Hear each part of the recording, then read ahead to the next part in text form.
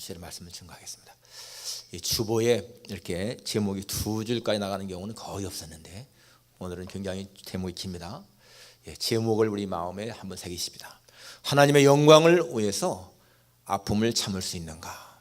오늘 한 병자에게 나오는데 예수님은 이 병이 죽을 병이 아니라 하나님의 영광을 위한 것이라고 했습니다. 하나님의 영광을 위한 것이라면 참을 수 있지 않겠는가 하는 것입니다. 여러분, 사람이 가장 큰 슬픔, 고통을 당하는 것은 가족이 갑작스럽게 세상을 떠나는 것입니다. 나이가 드신 분들이 세상을 떠나게 되면 덜 슬프지만은 여러분, 젊은 사람, 특히 자녀가 세상을 떠날 때 얼마나 그 부모의 마음이 아픕니까? 한국에 사는 어느 여집사님이 두 딸을 데리고, 초등학생 딸을 데리고 교회를 갔다가 오다가 사고를 당했습니다. 그래서 큰 딸은 죽고 작은 딸은 중상을 입었습니다. 얼마큼 세월이 흐른 후에 그가 교회에서 한번 간증을 하는데 그랬습니다. 자식을 잃은 부모의 마음을 겪지 않은 사람은 누가 알겠습니까? 세월이 약이라고요. 그러나 아무리 세월이 흘러도 더 눈물이 나고 더 가슴이 미어집니다. 천국에 대한 소망이 없다면 어떻게 하루하루 살겠습니까? 자식을 잃은 부모를 위로하시는 분들은 아무 말 하지 말고 그냥 우리 곁에 가만히 있어주는 것이 큰 도움이 됩니다 라고 했습니다. 위로한다고 와서 하는 말들이 더 가슴을 아프게 한다는 거예요. 천국에 갔으니까 좋은 데 갔는데 왜 이렇게 슬퍼하느냐, 예수님 같이 있으니까 왜 그렇게 슬퍼하느냐, 그런 말조차도 굉장히 마음에 아픔을 준다는 거예요. 어떤 분은 자기 동생이 목사였는데 젊은 목사님이 세상을 떠났습니다, 병으로. 그런데 그분이 나중에 이런 말을 했습니다.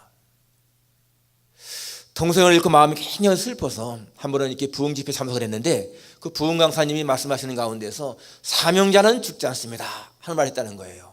그 말은 흔히 하시는 말 아니겠습니까? 사명자는 죽지 않습니다. 이 말 많이 합니다. 그런데 그 말을 듣는데 자기는 가슴을 치며 울었다는 겁니다. 사명자는 죽지 않으면은 내 동생은 사명자가 아니라서 죽었는가? 아니면 사명이 다 끝나서 하나님이 데려갔는가? 그런 말 자체가 굉장히 마음에 상처를 준다는 것입니다. 그러니까 정말 이렇게 곁에 세상을 떠난 분이 있을 적에는 그 말 한마디 한마디가 굉장히 중요한, 그 사람들에게 얼마나 영향을 끼친 것인가를 기억하면서 우리가 말을 해야 되는 것을 알 수가 있어요. 최근에 이 필라델피아 지역에서만도 여러분 40대, 50대, 20대 몇 분이 세상을 떠났습니다. 제가 아는 것만 해도 다 교회 다니는 사람들인데 한 분은 교통사고로, 한 사람은 또 질병으로, 또 한 사람은 스스로 목숨을 끊었습니다. 교회 다니는 사람인데. 그리고 20대 청년은 헤로인 중독으로 세상을 떠났습니다. 그런 사람들의 가족을 생각해 보십시오. 얼마나 마음이 아프겠는가. 그러한 갑작스러운 슬픔을 당했을 적에 그들의 마음이 얼마나 아플 것인가. 오늘 이 본문에 보게 되면은 한 병자 얘기가 나옵니다. 처음에 나오는 말씀이 어떤 병자가 있으니 라고 나오죠. 어떤 병자. 굉장히 참 시작이 굉장히 침울하게 됩니다. 그런데 그 마리아와 마르다의 마을 사는 베다니 사는 나사로라고 했습니다. 이 나사로 우리가 이름 많이 들었습니다. 이 나사로는 마리아와 마르다와 같이 사는 삼남매였는데 예수님과 아주 친분이 많은 그런 사람들이었습니다. 그런데 그들이 죽었습니다. 중병에 들어서 죽어서 이제는 그 자매들이 예수님에게 기별을 한 거예요. 주님의 사랑하는 자가 죽었습니다 라고 했는데 예수님 말씀이 그냥 금방 가는 것이 아니라 이 병은, 사진에 보니까 이 병은 죽을 병이 아니라 하나님의 영광을 위하며 하나님의 아들이 이로 말미암아 영광을 받게 하리 함이라 라고 말씀했습니다. 지금 사람이 병들어 죽어가는데 예수님 말씀은 이 병은 죽을 병이 아니다, 하나님의 영광을 위한 것이다 라고 지금 말씀하고 있습니다. 여러분, 이 사실을 정말 마리아와 마르다가 안다면은 이 병은 죽을 병이 아니고 하나님의 영광을 위한 것이다 라고 알았으면은 그렇게 슬퍼하지 않았을 거예요. 그런데 알지 못하니까 그들은 많이 슬퍼한 것을 알 수가 있습니다. 여러분, 성경에 보면 사도 바울은 우리가 무엇을 먹든지 마시든지 하나님의 영광을 위해 살아 라고 말씀했습니다. 여러분, 이 말씀에 아멘 할 수 있습니까? 예수 믿는 사람은 무엇을 하든지, 무엇을 먹든지 마시든지 무슨 일을 하든지 하나님의 영광을 위해 살아. 정말 여러분, 우리가 살아가는 목적이 하나님을 영원롭게 하고 그분을 영원토록 즐거워하는 것이라면 우리는 하나님의 영광을 위해서라면 우리가 당하는 고난, 고통, 아픔을 참을 수 있다는 거예요. 그래서 오늘 이 시간에 하나님의 영광을 위해서 아픔을 참을 수 있는가, 우리 이 주제를 생각하면서 다시 한번 우리의 신앙을 점검할 수 있기를 바랍니다. 첫째로 생각할 수 있는 것은 이 마르다와 마리아는 오라버니가 병들어 죽어갈 때도 그들의 믿음이 흔들리지 않았어요. 지금 여기 마르다, 마리아, 베다니, 나사로가 나오는데 이 세 사람은 부모가 성경에 언급한 데가 보니까 일찍 아마 죽은 것 같고 이 세 사람이 살아가는데, 다른 데 보면은 이 베다니 나병 환자 시어머니라고 나옵니다. 그러니까 아마 이 나사로는 나병에 걸렸다가 예수님에 의해서 고침받은 그런 사람인 것 같습니다. 그리고 정말 예수님을 만난 다음부터 그들의 삶은 아주 기쁨이 충만했고 행복했습니다. 그런데 뜻밖의 이 나사로가 지금 병이 들어서 죽어가고 있었습니다. 그래서 그들은 예수님에게 사람을 보냈습니다. 평소에 정을 생각한다면 예수님은 금방 이렇게 가서 한번 살펴봐야 되는데 이 예수님은 가지 않고 더 거기에 계셨습니다. 그렇지만은 이 마르다와 마리아는 전혀 흔들림 없이 예수님을 신뢰한 것을 보게 돼요. 여러분, 진정한 신앙은 나에게 어떤 어려움이 있을 때, 정말 주님이 나를 도와줘야 할 것 때인데도 도와주지 않은 것 같을 때에도 여러분 흔들림이 없어야 되는 겁니다. 사람들은 가장 자기가 외로울 때, 슬플 때, 고독할 때 뭔가 도움을 받지 원하지 않습니까?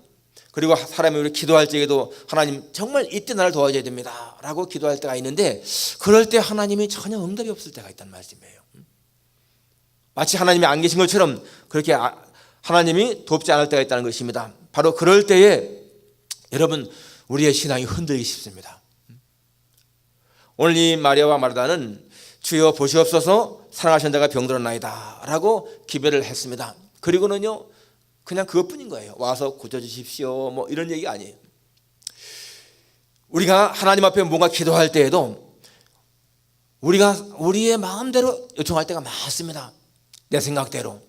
여러분 열왕기하 5장에 보게 되면 나아만 장군 얘기가 나오는데, 거기에 보면 나아만이 이제 엘리사에게 와서 이 나병을 고치려고 왔습니다. 그때 엘리사가 뭐라고 합니까? 요단강에 가서 7번 내 몸을 씻으라. 그리하면 내 몸이 회복되어 깨끗하리라. 그때 이 나아만이 화를 내지 않습니까? 그러면서 뭐라 합니까? 내 생각에는, 자기 생각을 말하는 거예요. 내 생각에는 저가 내게 와서 서서 그 하나님 여호와 이름을 부르고 그 상처 부위 위에 손을 흔들어 병을 낫게 할 줄 알았다 라고 말합니다. 자기가 벌써 하나님의 사람이 할 일을 다 자기가 생각하는 거예요. 그가 와서 서서 옆에 서서 자기 하나님의 이름을 부르고 그 상처 부위 위에 손을 흔들어서 병을 낫게 할 줄 알았다. 여러분 우리가 기도할 때 하나님 이렇게 해주십시오 라고 기도할 때가 많습니다. 심지어는요 우리가 기도하는 걸 가만히 보게 되면 하나님 앞에 지시하는 것처럼 기도할 때가 많습니다. 마치 명령하는 것처럼 정말 어떤 기도를 듣게 되면은 저 기도는 하나님에게 지시하는 것 같네, 하나님에게 명령하는 것 같아, 그런 걸 느낄 때가 있지 않습니까? 그런데 여러분 우리가 하나님 앞에 우리의 사정을 아뢰는 게 중요한 거예요. 하나님 나에게 이러이러한 형편이 있습니다. 예수님처럼 해주십시오. 그러나 내 원대로 마시고 아버지의 원대로 되기를 원합니다. 모든 것을 다 하나님에게 맡기는 그러한 자세, 여러분 그것이 참 중요한 것입니다. 인생이 어려움을 당할 때에 흔들림 없이 주님을 신뢰하는 것, 여러분 그것이 영적인 싸움에서 승리할 수 있는 길인 겁니다. 많은 사람들은 내가 좋은 일을 당할 때는 감사하고 기뻐하고 그러는데 조금만 어려운 일을 당할 때는요 믿음이 흔들립니다. 하나님이 왜 나에게 이렇게 할까? 하나님 정말 살아계시다면 왜 나한테 이런 고난을 줄까? 여러분 좋은 일 당할 때 감사하기는 쉽습니다. 그런데 여러분 어려운 일을 당할 때 감사하기는 쉽지가 않아요. 그런데 정말 어려운 일을 당할 때에 감사할 수 있는 사람이 훨씬 더 성숙한 신앙인입니다. 제가 어제 카톡을 하나 받았는데 그 카톡에 이런 내용이 있습니다.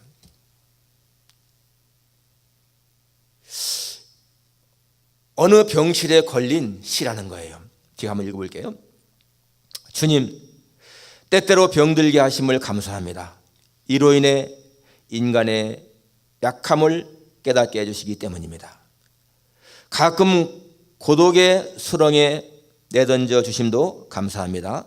그것은 주님과 가까워지는 기도이기 때문입니다. 이 일이 제대로 안 되기에 틀어주시고 어려움 당할 때에도 감사합니다. 그래서 나의 교만이 반성될 수 있습니다.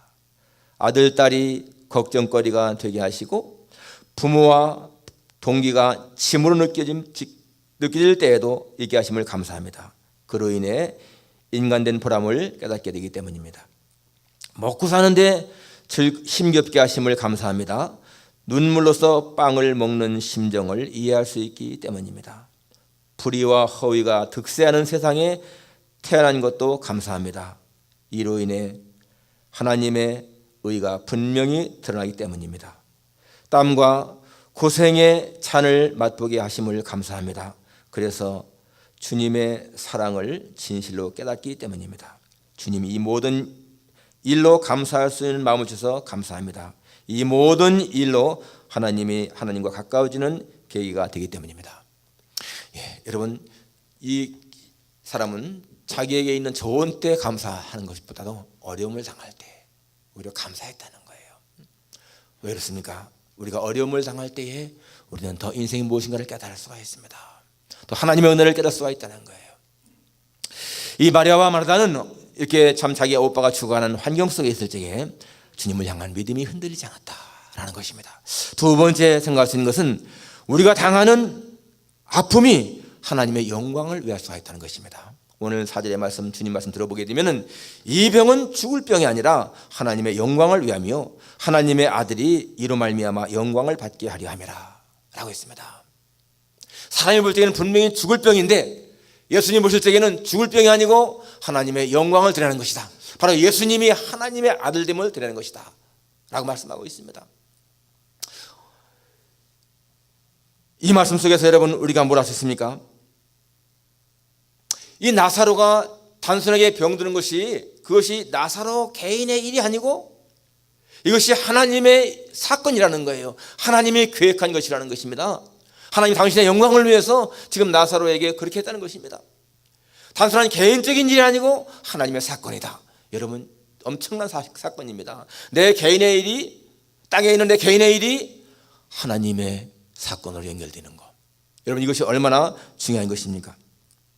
요한복음 9장에도 보게 되면 날 때부터 맹인된 사람에게 사람들은 이게 누구의 죄 때문에 내 맹인되었느냐, 그 사람의 죄냐 부모의 죄냐라고 할 적에도 예수님은 그 사람이나 부모의 죄가 아니고 이로 말미암아 하나님의 일을 나타내야 합니다 라고 했습니다. 여러분 우리가 안고 씨름하는 문제들이 내가 계획하고 내가 해결해야 할 문제라면 정말 무거운 짐이 될 수 있지만은 내가 안고 씨름하는 그 문제가 내가 계획하고 내가 해결할 문제가 아니고 주님이 계획하시고 그분이 해결하실 문제라면 우리는 그 문제에 대해서 걱정할 필요 없지 않습니까? 저는 지금까지 이 교회를 지금 28년 섬기고 있는데 여러분 28년 동안에 얼마나 많은 일들이 있었겠습니까? 정말 교회가 이렇게 클로스 될 만큼 어려울 때도 있었잖아요. 그래서 저는 분명히 믿기를 이 교회의 일은 하나님이 하시는 일이고 이 교회의 주인은 하나님이시기 때문에 내가 하나님 앞에 바로 서기만 한다면 하나님은 반드시 이 문제를 해결할 것이다. 그런 믿음이 있었습니다. 내가 주님 앞에 바로 서기만 한다면 이 아무리 많은 어려움이 있다 할지라도 하나님은 이 문제를 반드시 해결할 것이다. 정말 여러분 그 믿음이 오늘까지 지탱하게 했고 하나님은 한 번도 그 기대를 저버리지 않고 오늘까지 오게 했습니다. 여러분이 안고 씨름하는 문제가 여러분 개인의 문제가 아니라고 생각해 보세요. 이 문제가 하나님의 일이다. 하나님이 내게 주신 것이다. 하나님이 해결하신다. 하나님이 대신 짐을 지신다. 그렇게 생각해 보십시오. 그것은 이미 우리에게 문제가 아닌 거예요. 왜? 하나님의 일이기 때문에 그분이 해결한다는 것입니다. 그러한 믿음이 얼마나 중요한 것인지 모릅니다. 여러분 성경에 보면 그런 얘기가 많이 나옵니다. 출애굽기 14장에 보게 되면 하나님께서 이 모세에게 너는 백성을 저 바알스본 맞은편 바닷가에 진을 치게 하라, 장막을 치게 하라 했습니다. 그래서 그렇게 모세가 장막을 치게 했는데 애굽 왕 바로가 그걸 보면서 저들이 지금 광야에 갇혔다 그러면서 추격해 오지 않습니까? 추격해 올 때 백성들은 두려워 떨면서 하나님께 부르짖고 모세를 원망하고 불평했습니다. 애굽에 매장지가 없어서 우리를 광야로 이끌어서 죽게 하느냐? 우리가 저 애굽인의 노예가 되는 것이 차라리 광야에 주는 것보다 낫다 라고 하면서 그렇게 원망했습니다. 그런데 하나님의 뜻은 뭐였습니까? 그들이 그렇게 거기 장막을 치게 되면 바로가 그걸 보고는 저들이 광야에 갇혔다 하면서 추격해 올 것이다. 그러면 내가 바로와 그 군대를 통해서 영광을 받을 것이다 라고 말씀했습니다. 바로 그렇게 장막을 친 것이 불안하게 보이지만은 바로 그것이 하나님께서 세운 계획이라는 거예요. 나중에 홍해를 갈라지게 하신 다음에 백성이 다 건너가게 하시고 애국 군대가 추격해 왔을 적에 따라 들어갔다가는 다 수장되는 그러한 사건이 생기지 않습니까? 이스라엘 백성들은 신앙이 믿음에 부족해서 막 두려워 떨었지만은 여러분 그것이 그 겪는 아픔이요 하나님의 영광을 위한 것이었습니다. 사도 바울 보십시오. 빌립보에서 전도할 때 전도하다가는 체포당하고 매를 엄청나게 많이 맞고 발에 착고를 차인 채 깊은 감옥에 갇히지 않습니까? 한밤중에 일어나서 그들은 기도하고 찬송했습니다. 옥토가 흔들리고 다 풀어지고 간수가 회개하지 않습니까? 바울과 실라가 그런 많은 아픔을 겪었지만은 결국 여러분 그것이 무엇입니까? 간수를 회개시키고 빌립보 교회가 세워지게 하는 역사를 일으킵니다. 하나님의 영광을 위해서 받는 고난이라는 거예요. 사도 바울이 저 로마로 압송될 때에도 지중해에서 유라굴 광풍을 만나지 않습니까? 그 광풍 속에서 276명이 다 절망할 때에 하나님은 이 바울을 한가운데 세워서 그들을 위로하시고 그들을 다 안심시키는 일을 합니다. 우리가 겪는 어려운 문제들이 하나님의 영광을 드러낸다면 우리는 얼마든지 참아야 한다는 거예요. 당장 눈앞만 보지 말고 하나님은 이 일을 통해서 무엇을 하시는지를 기억하면서 이것이 하나님의 영광을 위한 것이라면 참아나가는 것이 중요합니다. 저 미시간주에 소녀라고 하는 소녀가 흑인 소녀가 태어났습니다. 너무 가난했어요. 정말 엄청나게 가난했습니다. 그래서 10살 먹었을 적에 팔려가듯이 그렇게 시집을 갔습니다. 유부남한테 갔는데도 구박을 당하고 아들 둘을 낳았는데 너무너무 살기가 힘들어서 자살을 시도했어요. 근데 자살을 실패해서 병원에 입원했는데 병원에서 복음을 들었습니다. 예수님을 만난 거예요. 병원에서. 그리고는 정말 예수님이 너무 좋아서 성경을 읽으면서 기도하면서 소망 가지고 그 아들들을 위해서 기도하면서 아들들을 길렀습니다.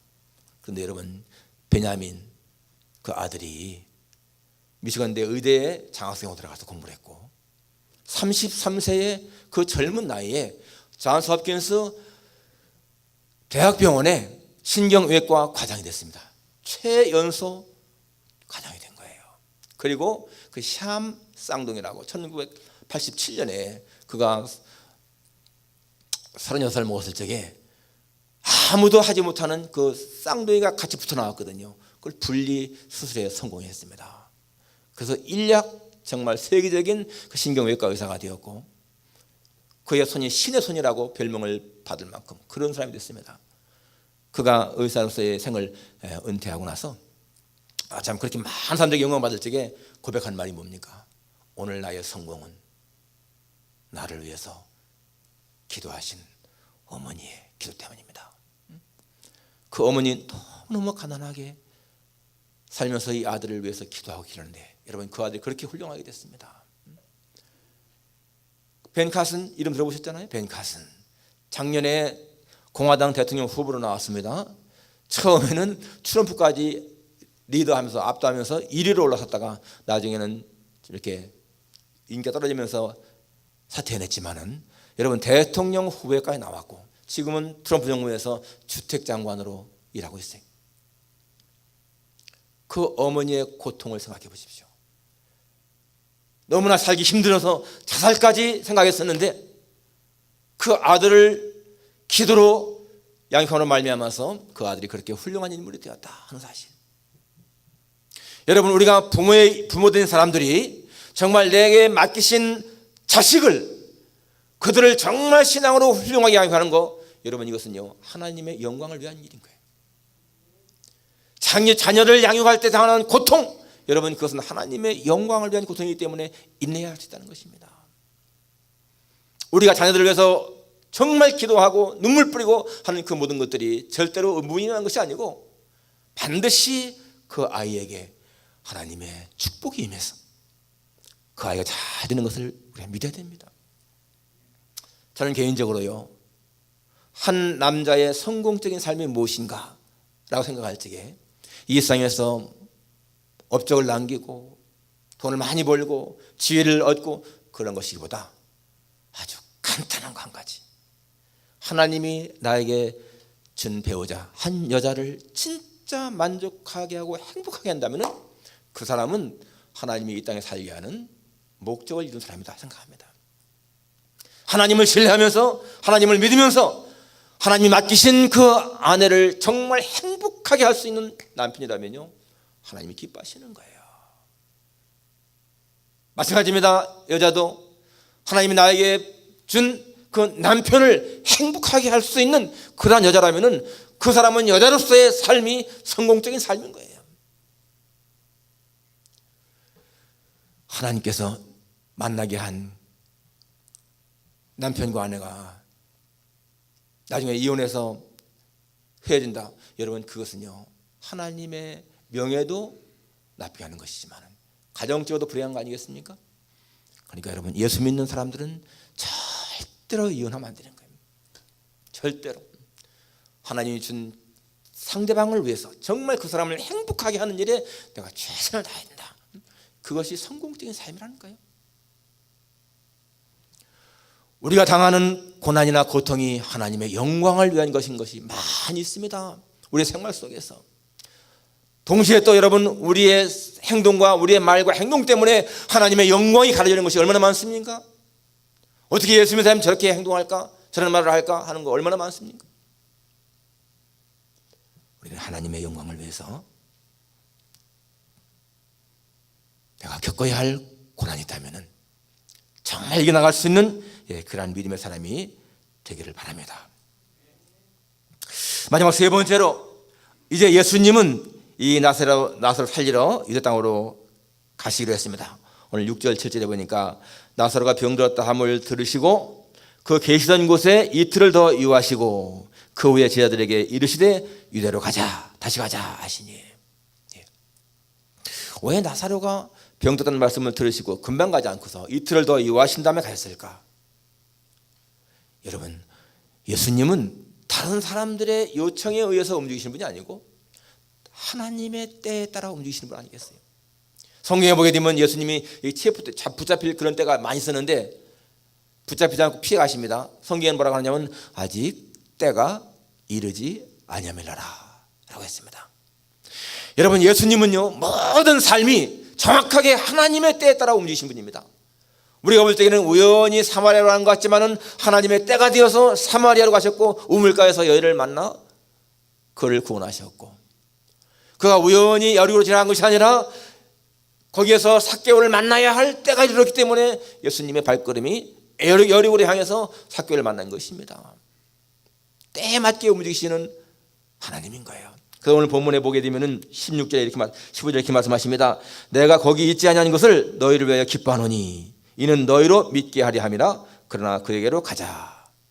내가 거기 있지 않은 것을 너희를 위해서 기뻐한다.